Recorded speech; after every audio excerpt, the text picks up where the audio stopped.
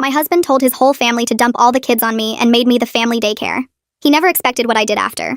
I found out about the arrangement at my sister-in-law's birthday party.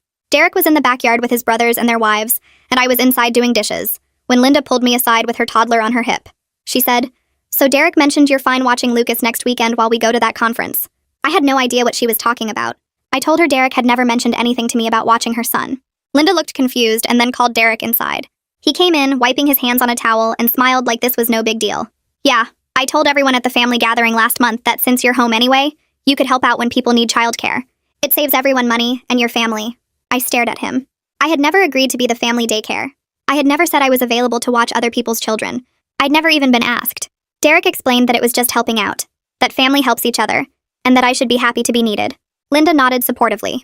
"He said you were really good with kids and that you wouldn't mind." I asked Derek if we could talk in the other room. Once we were alone, I told him he couldn't make decisions about my time without asking me first.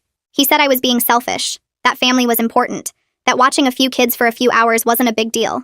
I told him it was a very big deal to me, and he needed to call everyone back and tell them the arrangement was off. He said he'd think about it. The first drop-off was the following Saturday. Derek's brother showed up at 8 in the morning with his 2 kids, ages 3 and 5, without warning. He said Derek told him to bring them early. I hadn't even had coffee yet. When I told him I couldn't take them, Derek appeared and asked why I was making this difficult. His brother left the 2 kids in our living room and drove away. That was the beginning. Over the next 3 weeks, Derek's entire extended family seemed to believe I'd become free childcare. His cousin dropped off her infant twice without a car seat, just handing me the baby and leaving. His other sister came by with 3 kids and said she'd be back in 6 hours. One of them got sick in our bathroom. Another one broke a lamp. My own child stopped getting my attention because I was managing 5 other children on a Tuesday afternoon while Derek was at work. I finally told Derek I was done. I said he needed to tell his family immediately that this wasn't happening anymore. He said I was being dramatic. He said people depended on me now. He said real wives helped their husbands' families. He said I was selfish for not wanting to be part of the family support system. He said his mother had watched his siblings' kids all the time and nobody ever complained. His mother chose to do that, I said. "You made this choice for me without my permission. That's different." But he'd already decided my objection wasn't valid. He told his family I was just tired and would be fine once I adjusted. The next Saturday, 5 kids showed up at our door. 5. His brother, his cousin, and his sister all dropped kids off between 8 and 9 in the morning, all with vague pickup times, all expecting me to manage them while Derek went to play golf. I called him while he was on the course.